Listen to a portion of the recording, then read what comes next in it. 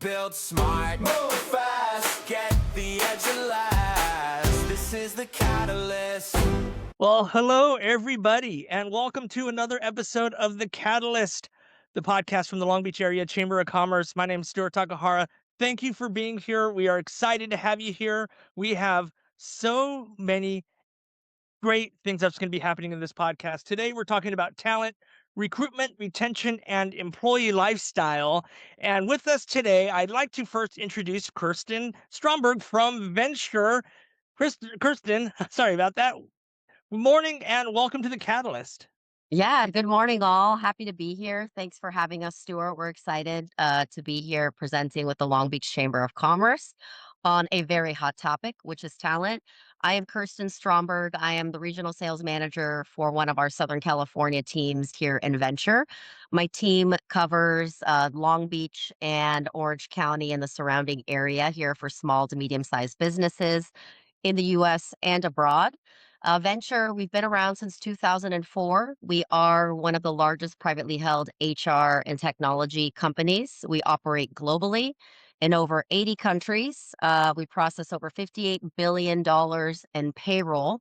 And we're excited to get to know more of the businesses here in Long Beach and beyond.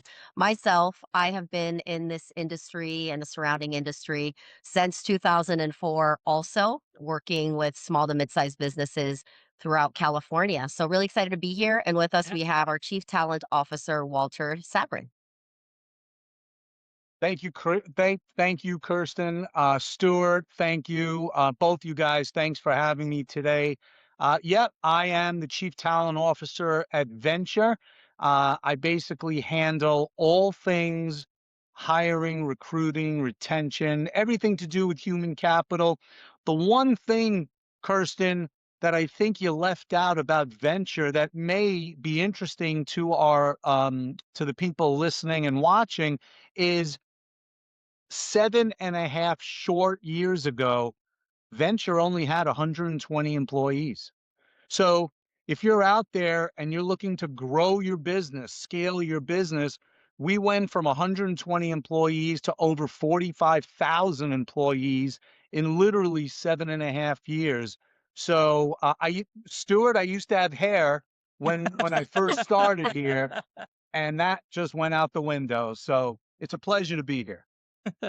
That is I normally have something good to say to be able to but yeah, you kind of stumped me with that one. But Walter, thank you for being here. So as we talked about, we're talking about recruitment, retention, and the employee lifestyle, how to build a magnetic employer brand. And I absolutely love that word magnetic because nowadays companies are choosing candidates and candidates are choosing companies where to work for just almost in the same level.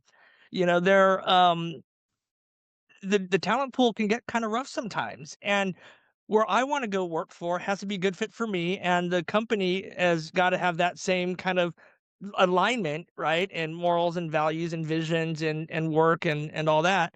So let's talk about what it looks like to build a magnetic employer brand. What does that mean to you? Yes, Stuart, you bring up a good point. The playing field has been leveled to a large extent between employer and employees. And it is really important to ensure that you are that employer of choice and you're doing all of the right things to attract and retain top talent. Walter, take it away. Yeah, wow, guys, where do we start? Where do we start talking about, before you decide on what kind of talent you want to attract, you need to decide what kind of culture, what is your brand? What does it stand for? Uh, you know, the to me, it's all about consistency. The companies that are winning today are not the ones shouting the loudest or who have the biggest marketing budgets. They're the ones who are acting most consistently. Because when you're consistent, you know, people they start to trust you before they even meet you. And that's not done from a marketing department. That's done from the CEO that filters down to leadership, that filters down into the people doing the interviews, the hiring managers. I just think it's vital these days because Stuart, you're right. a lot of the leverage, the leverage, pre-COVID, post-COVID, we can argue who needs more than who at which time and everything. But it definitely is the candidates, the talent that you're seeking are definitely, well, they're checking out the other guy. They're doing more due diligence today than ever before. It reminds me of a question that a lot of people ask in interviews. You guys probably have gotten this one or have even asked this one. Why do you want to work here? That's a question that is a standard of a lot of job interviews, but I think nowadays it also kind of be flipped on the other side. Why should I work there? Why should I work for you? What is it that you're going to give me that I can't get at a different company? I mean, yeah, so, to me, what I'm hearing it more than money. It's not just about salary and bonuses and even the best benefits. Okay, as much these days it's about growth. It's not even considered about like in the old days climbing the corporate ladder. It's not like that is necessarily, but people today, yeah, why should I work here? They want to hear that the company is investing in them and their future, that I'm not going to be replaced by AI. I'm actually going to train you so you work in conjunction with AI and you become even more valuable no matter where you are in the world. It's that kind of, and to me, that is part of your brand. That's part of, your culture. The fact that your company is taking the time to invest money into my career, well, now it's sounding like a better two-way street. Kirsten, do you have anything you want to add to that? No, I concur on all points, and culture is so much more important than it used to be. And we all have so much access to information with LinkedIn and Facebook and Instagram. And companies, or rather, candidates, are really doing their due diligence to ensure it's a fit on a lot of different levels that supersede pay, to Walter's point. And for Yes, those of yes. you that, oh, go ahead. Yeah, I'm sorry, but people would say the old expression, people don't quit on companies, they quit on their managers. To me, people today are quitting on environments that make them feel small. And there's things that have come out into the stratosphere, like respect, autonomy, and psychological safety. I mean, these are things that they were there maybe back, a couple of years or a couple of decades ago, but they were never really discussed. And now it is coming out in the interview process. It's coming out uh, on both sides. The company and the candidates are bringing it up. So when it comes to building a magnetic employer brand, assuming that someone says, "Oh my gosh, we need to do this." What's the first step that a person inside of a company needs to make to be able to start doing a lot of the stuff that you talked about? When you go, "We're not like that. We need to be. We're losing candidates. We're losing great people, or we can't attract great people because of this. They're leaving because of this or that. We're paying good. We have a good brand. We have a good product, but people don't want to stay with us. They don't want to come to us." What's the first step a company needs to take to be able to start developing that magnetic employer brand? Sure. Kirsten, you wanna go, or because I No, got that's I a got I really got some. no, I have so many thoughts. That's such a good question, Stuart. And number one is the fact that you need to be self-aware as an employer and have the data and insight to understand, and the care about being this magnetic employer and understanding why people are moving away from your company, because the cost of turnover, that's a whole nother topic. But Mhm. that is a real cost. And I'm thinking from my vantage point, and to Walter's point earlier, it really starts with I'm the one interviewing frontline leaders. So, what is their experience with me and also with the recruitment team? That speaks volumes, the way that we're moving people through that process and really having that alignment and the ability for myself and our recruitment team to articulate who we are and who we want to be as a company. Walter, give us some more thoughts on that. Yeah, and very, very well said, Kirsten. Um, these days, everyone's making a widget. They're selling a widget. They're servicing a widget. To me, the first thing is, how are you making yourself different in the widget business from all the other widget makers? So decide that. What is your differentiator? And then stay consistent with that message. And then to Kirsten's point, hire the best leaders. Make sure your leaders have the same message that you want filtered down, because that's where those frontline leaders, that's where it all begins. That's where the candidates are hearing it in the interview process. That's where they're working alongside once they go to work, at your firm. And if you can keep that message, clear and consistent, then of course it's a matter of executing, building the best widget. But now you have your culture, you'll have your segment of the population. So to me, that's a great place to start, and especially for small businesses. Sometimes you just want to throw it out there.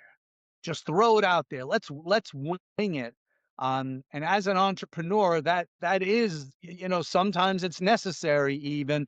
Let's see what sticks. And then we build our message and our differentiator from there. I'm not saying you can never do that, but if you have a choice, pick that message, stay consistent with it, and then execute it. For those of you watching, if you have questions, there's a Q&A button that you can click. And if you have a question that you're going around, feel free to drop it in there and we'll get to those throughout the episode as well. So we know that. How do you do it? What do? You start by being self-aware, as Kirsten was saying. You got to understand that this is what I want to create. You have to know where you're at, honestly, in the business that you're at and where you want to go. Then you talked about developing frontline leaders, getting that person out there and having that consistent message all the way through the organization, right? Is there a third step? Or let me rephrase that, because maybe we're going to go because I'm looking to move into this next. So the next thing is, once you've already established your self-aware, you know where you want to go, you've got your frontline leaders set up, everyone's excited. Next, you have to start onboarding. You start training your staff and making sure that that message doesn't get lost along that. So we're creating an onboarding plan that actually works. Why is that so important, an onboarding plan? Well, the first 90 days are crucial in a new hire's experience. And that's really when they're going to decide, the data tells us this, that they are connected and this is a company that they want to stay with and grow with. And I would say right in between that, it's not just getting excited about a plan initially, but it's constant communication and alignment and dedication and consistency to the plan at hand and what we're trying to execute on. But onboarding is so crucial. Like I said, those first 90 days, a candidate is either sticking with you or they're already looking to leave. And you've made that investment in time, in money. So you need to make sure that now we have a plan that we can follow for those first 90, 100, those first 6 months. And Walter can speak a little bit more on that piece. Yeah, you know what, Stuart and Kirsten, you know what the biggest problem with onboarding is? It's undervalued.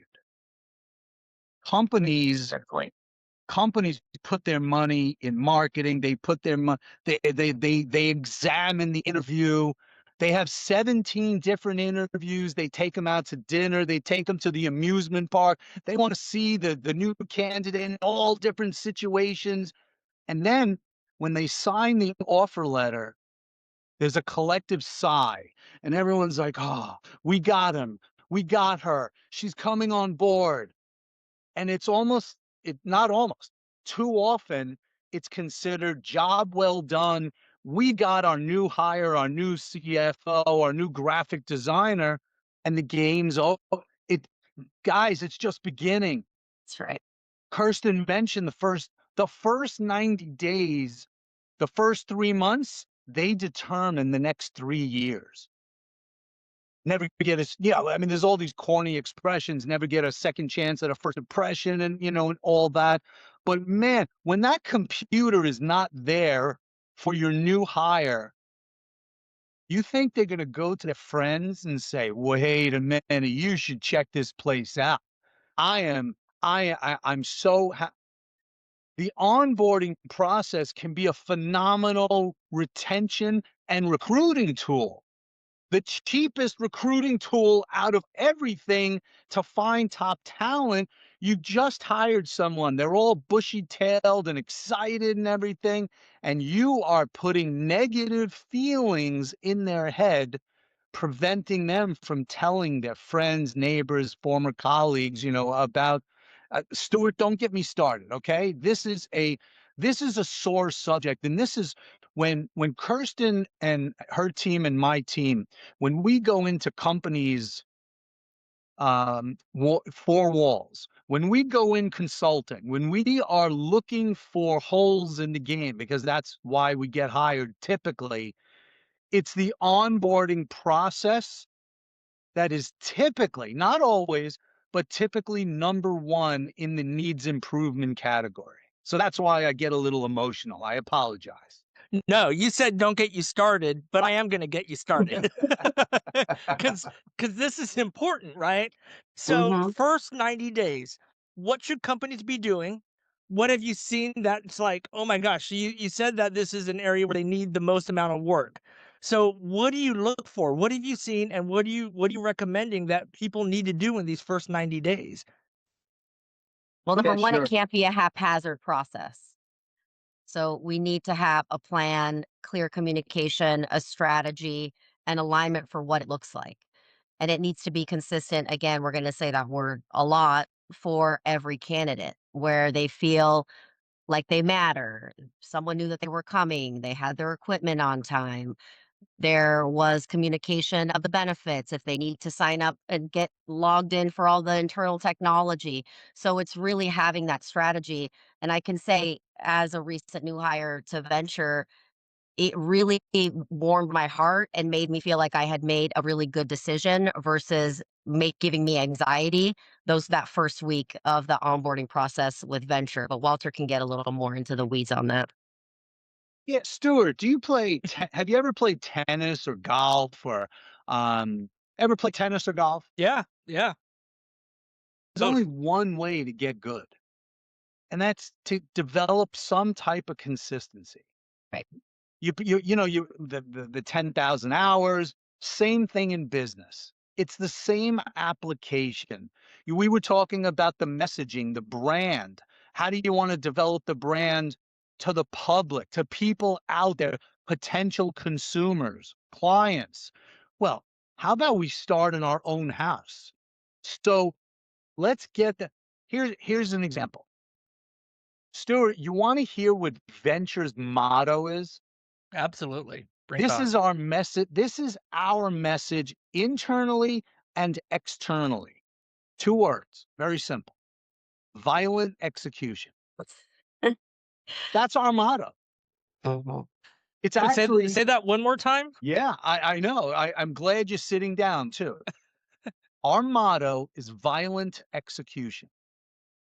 We violently execute to try to do anything and everything for our clients that will help them generate a better, more effective, more profitable business, something that'll affect their ROI in a positive manner. And we may not have everything built out yet, but we're gonna start.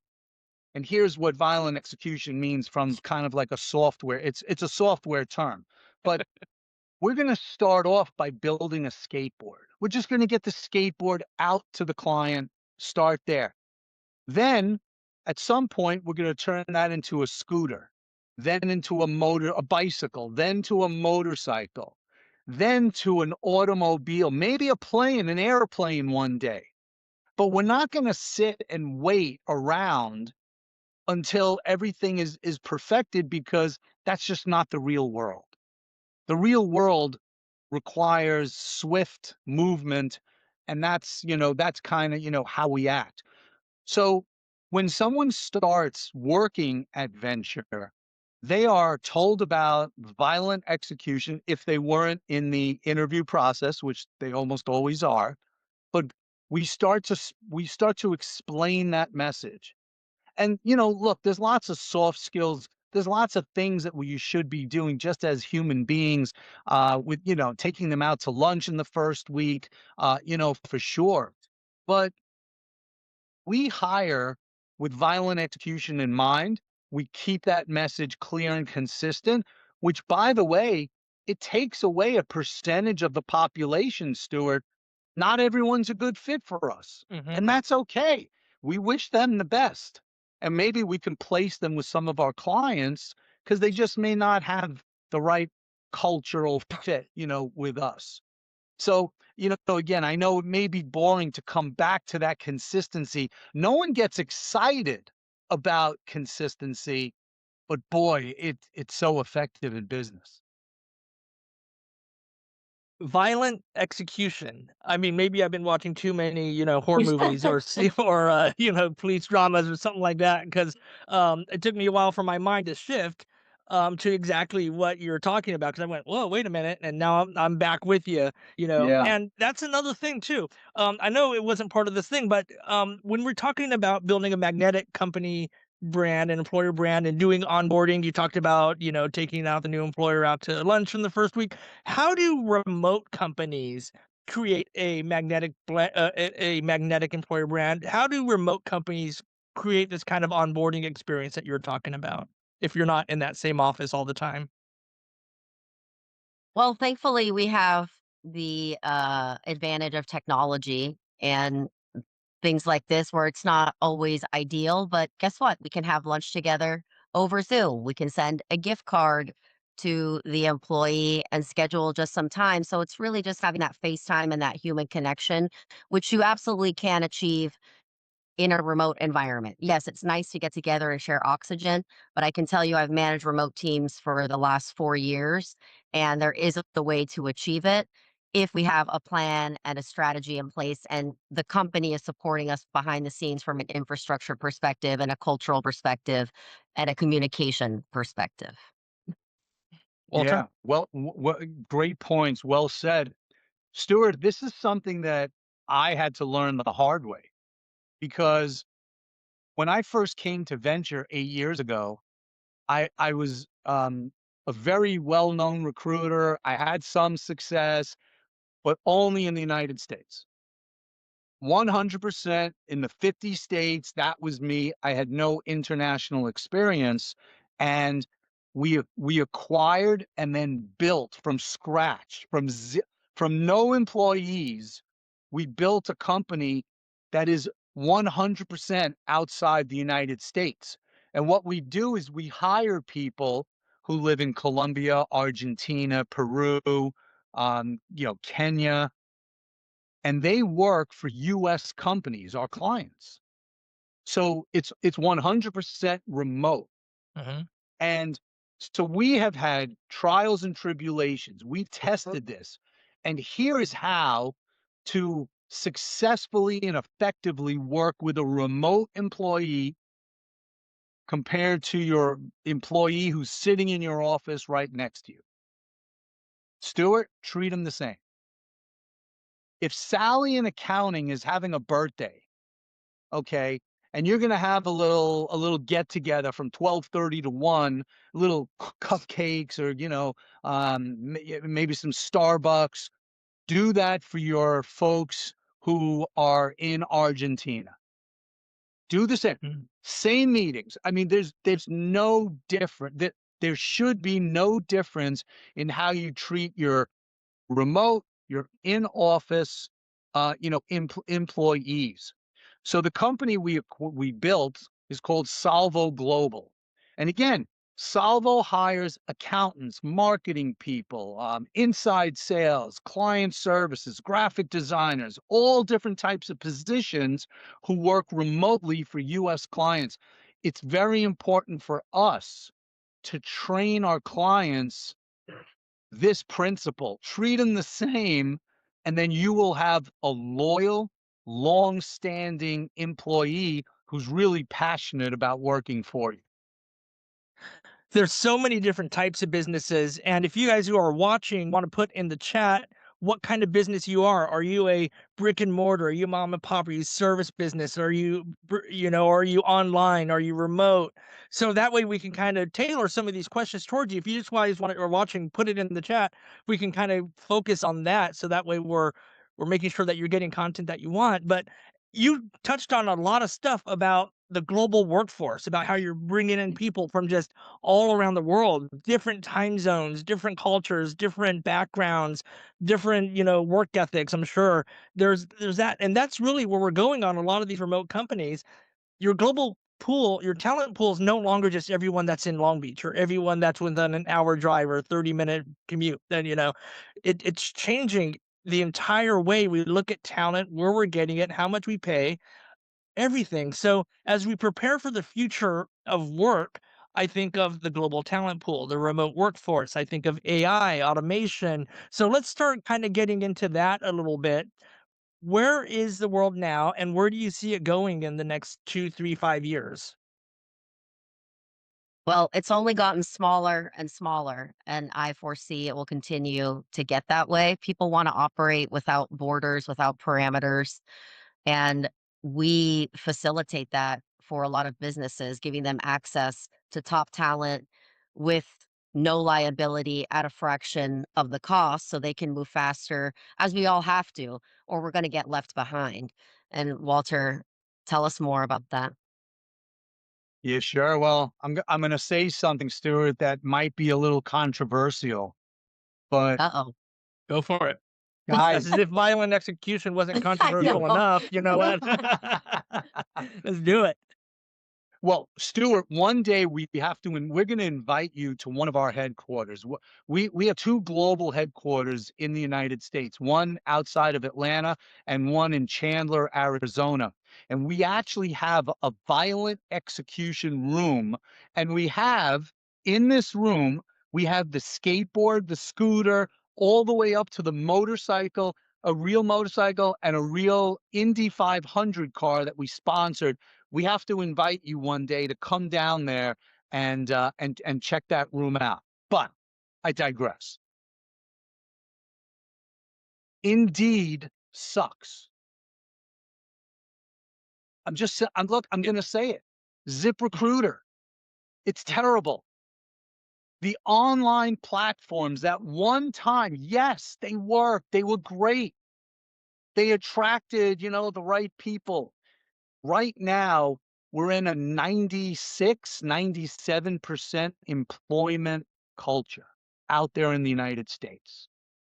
If you are only focusing on Long Beach, maybe looking for a college graduate, which probably has like 1% unemployment, those folks are just not looking for your company's posting online. They're just not. So you're going to need someone who's either going to headhunt for you, like good old headhunting back in the day, or I loved your expression, Stuart. Not everyone uses it, but why don't we find a different, sometimes better talent pool? Let's grow the talent pool instead of just in our little corner of California. Look, if you could find someone around the block, fantastic, go for it. But if it's not working and you're complaining and frustrated that top talent's not coming in your door in droves, then open up the world. The world is so much bigger. And we've learned that because of the internet, because of online, but because of companies like Salvo Global, which can hire for you let's just say a graphic designer that you're looking for, that you're having trouble finding in Long Beach. Not only will you have a much larger pool of excited, passionate, college educated folks, it's about 2/3 less expensive. So you're saving on the wages. On top of that, But I'm talking even from a non-monetary position. I mean, let's open up, let's expand our horizons to just try and find the best value. There was a job I had, and I won't say the company name, but they had a very strict in-office policy. You had to be in the office at your desk for specific numbers of hours during specific numbers of days. It was a very like a micromanaged kind of opportunity. I hear all these things about you can't trust a remote worker. They're working 3 remote jobs. They're doing the bare minimum. They're doing, so how does can you trust a remote worker, or what kind of tools do you use to ensure they're doing their job but not like breathing down their throat? I just I don't know if I'm making a lot of sense on where I'm going here, but I think there's a lot of companies that say I'm not going to do a remote worker because I can't trust them to do the job right or well or work enough or whatever. I mean, the answer is in the output. In today's world, we have so much technology to measure what people are doing, how they're doing it, and if it's impacting the bottom line in a positive way. So I would say, with all due respect, that's an archaic way of thinking. Poppycock. That's what I say. No, Stuart, Kirsten's right. I mean, there's things like, and by the way, companies like Salvo, they provide the reporting to the client. It's not like the client has to go out and do extra work or find extra ways to monitor and keep track. No, I mean, there's reporting like Active Track, which tracks over everything someone does, on their computer. There's listening to the phone calls, look, if you have a good management team, even without micro managing, to Kirsten's point, productivity. I mean, everything. There could be a couple of conversations. Well, what happened this week? It looks like you're 30% less, 20% less. Look, if you've got a bad feeling in your stomach, start to, examine what you're expecting. I mean, get in there and get into some of the details. Stuart, I'm not arguing with you. No, yeah. There are folks who have 3 jobs because they feel, oh, I'm working remote, no one's paying attention. Mhm. Well, if you're not paying attention, that could be a problem. But if you do have if you have your eyes on the road and your hands on the wheel in your organization, that really shouldn't be a factor, but it is out there. There are candidates, there are employees who are looking to take advantage. That's a shame. But if a company really wants to hire top talent and, bring them in, there's easy, simple ways, to observe. Yeah, I'm talking more along the lines of the employers say I can never trust a remote worker. I can never they're not gonna work as hard, they're not gonna put in the hours, they're not gonna do what I need them to do. To Kirsten's point, just track the outcome, set them the that's goals, right. right, and measure it up against whether they're able to meet them or not. Yeah, and Yeah, and and it's I would say, sorry, Kirsten, but I would say that is not zip code specific. In other words, there's great talent everywhere in Los Angeles, in New York, in Wisconsin, and there's great talent outside the U.S. I mean, from Canada, Mexico. There is great talent, and there's below par talent everywhere, and that really is on an individual basis. But from the attitude perspective, Stuart. Yeah, I feel that people should be broadening their horizons, being more flexible with the kind of talent that they should at least consider and take a peek at. Mm. Kirsten, you had something to say? Yeah, just to expand, I was going to say inputs equal outputs. Those are measurable. And if you have well trained leaders that are communicating and have a pulse as they should on their team and on their workers, if we have progressive discipline procedures, if we have measures to evaluate and control all of that, it's absolutely measurable. And dare I say, there's no commute and no outside noise, remote workers can be even more productive than someone in the office. Mhm. So, is AI really coming for our jobs? For some of them, for sure. That is a fact of the matter. So, where is AI taking over? What are you guys seeing in the hiring world where AI is coming for people's jobs, and where let's start there. Where is AI replacing real human people? Customer service and marketing are 2 big areas that I see. Walter, what about you? Yeah, agreed. I was at a conference 2 weeks ago in Houston, and I asked the official AI guy at Halliburton, big company.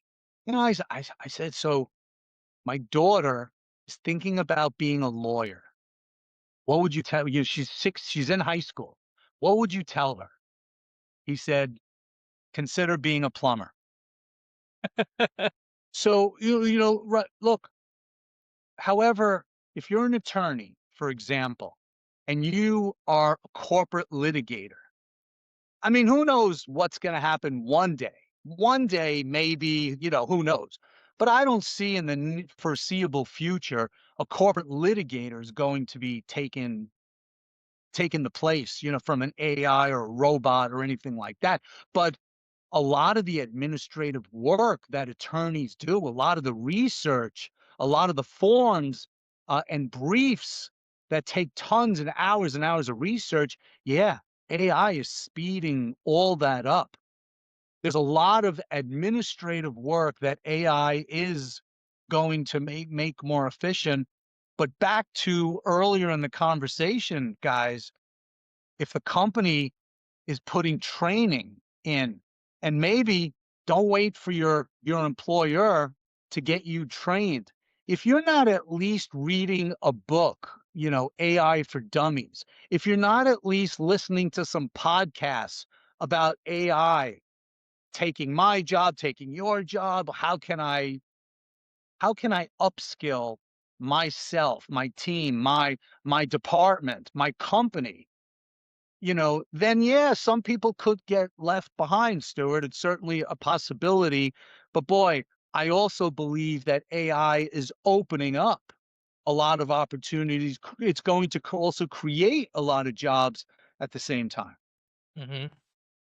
Yeah, and it is an interesting point Anthony brought up is the trades, hence go be a plumber.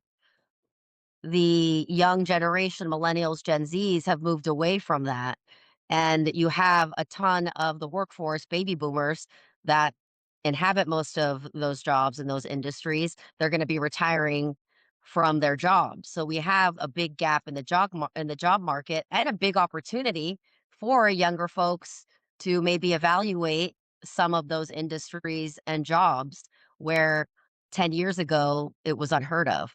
So it's a very interesting shift, and that's a huge dichotomy between technology and, plumbing, construction, what have you. And to Walter's point too, as workers, we have to be more resourceful and we have to close the learning gap because there is so much easy access to information. So if you're not doing that, it's definitely going to show when your peers are being resourceful and taking action to really level themselves up. Walter, you'd meant Stuart, yeah, go ahead. yes, sorry. And Go for it. besides the fact that the rumor is that plumbers and electricians are going to be the new millionaires and all that.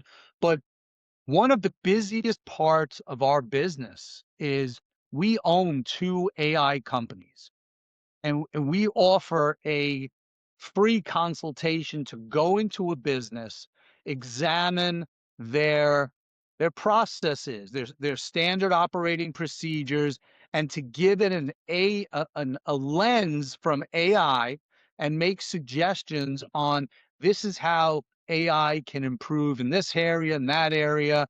And as you can probably imagine, Stuart, that is just it's a booming side of our Mhm. business. You'd mentioned that AI is actually creating jobs. What kind of jobs? Well, a lot of technology, a lot in technology. Remember, remember, AI still is dependent upon the human input. Right. And there is not it's not like, just talking into Siri, "Hey Siri, help me write a draft."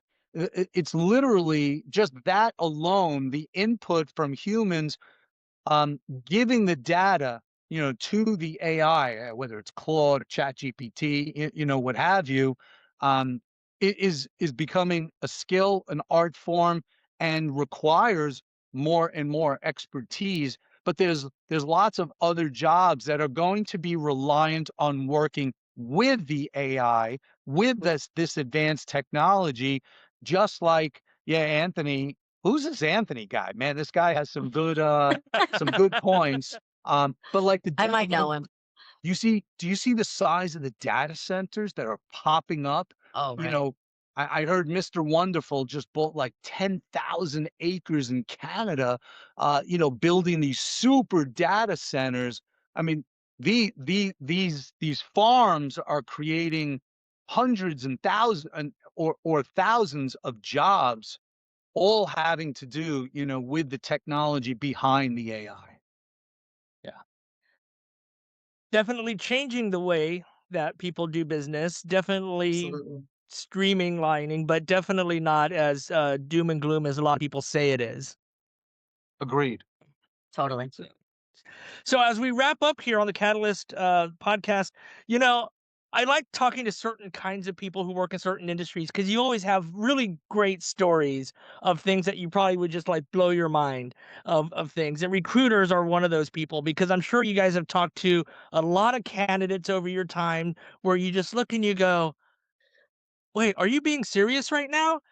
I want to end on a high note. I would love to know if you guys have a story off the top of your head of just a funny candidate, something that just happened in your job where you go like, "Am I being punked right now?"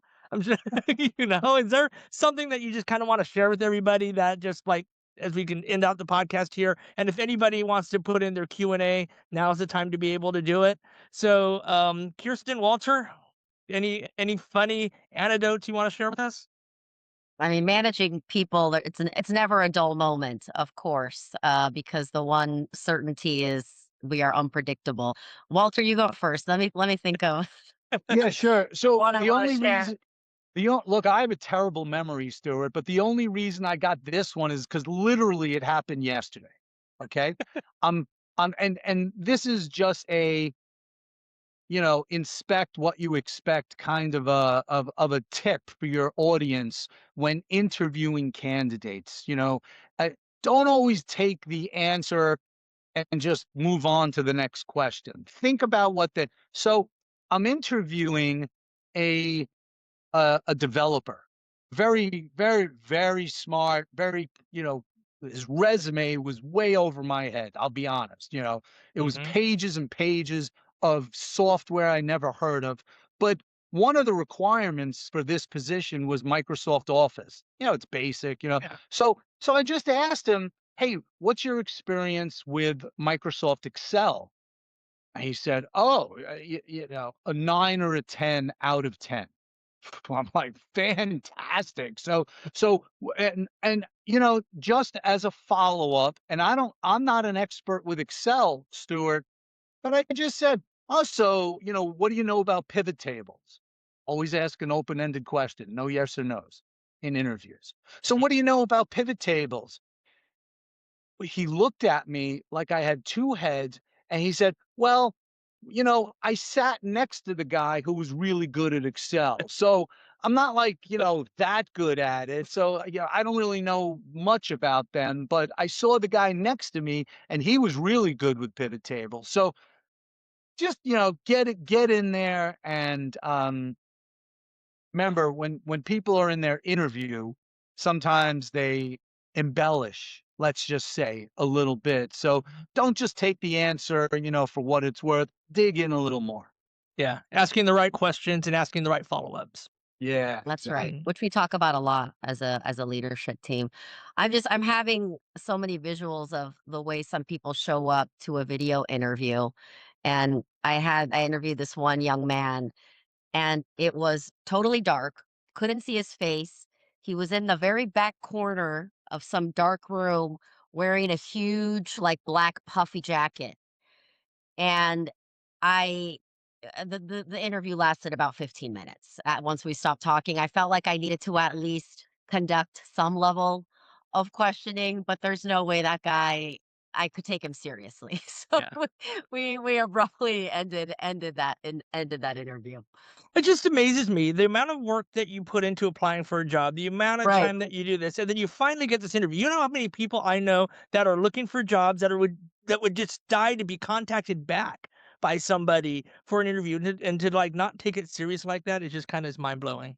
No, or they show up in a t-shirt and a hat. This is a professional sales job. That's Hmm. simply not Yeah. appropriate. But it is good for some laughter after the fact. All right. As we wrap up here, Kirsten, Regional Sales Director of Venture HR. If people wanted to find you and wanted to reach out to you, how can they do that? What's the best way to reach out to you? Yes, please. My profile is on the Long Beach Chamber. I'm happy to share my email here in the chat. And my team and I, like I said, we cover Long Beach and the surrounding areas. We offer complimentary HCM audits, human capital management, where we will dive into all your processes around your employee life cycle, from how you source the candidates to how they separate, and all of the costs contained in between, and put together a very detailed return on investment financial analysis so you can really understand where you might have some opportunities, some profit leaks, and how we can assist. Wonderful. Walter? You ready for this, Stuart? I know I've thrown a lot at you today. I got one more for you. You ready? Bring it. Yeah.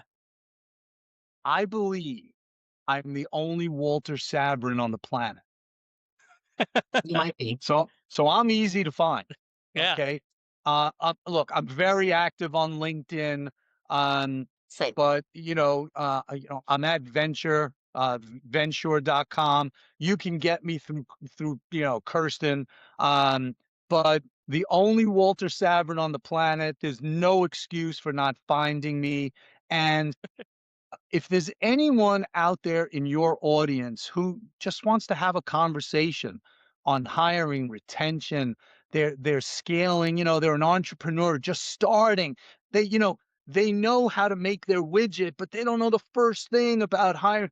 Boy, I will talk to them for free. I can, as you may be able to tell, I can geek out and talk about this. I'm really passionate. So no charge, no consultation fee, in the very beginning. I just want to see people, I want to see people get jobs, and I want to see people hiring people. I want to get America, the world back to work. I want 0%. I know it's unrealistic, but I want everyone who wants a job to be working, in some type of fruitful way. So, Stuart, that I'm easy to find.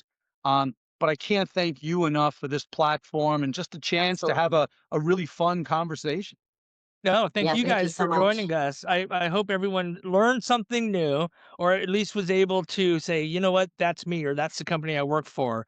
I need to do this, or this is how I need to step up into these times because they are changing. They're changing fast, and you don't want to That's be left right. behind.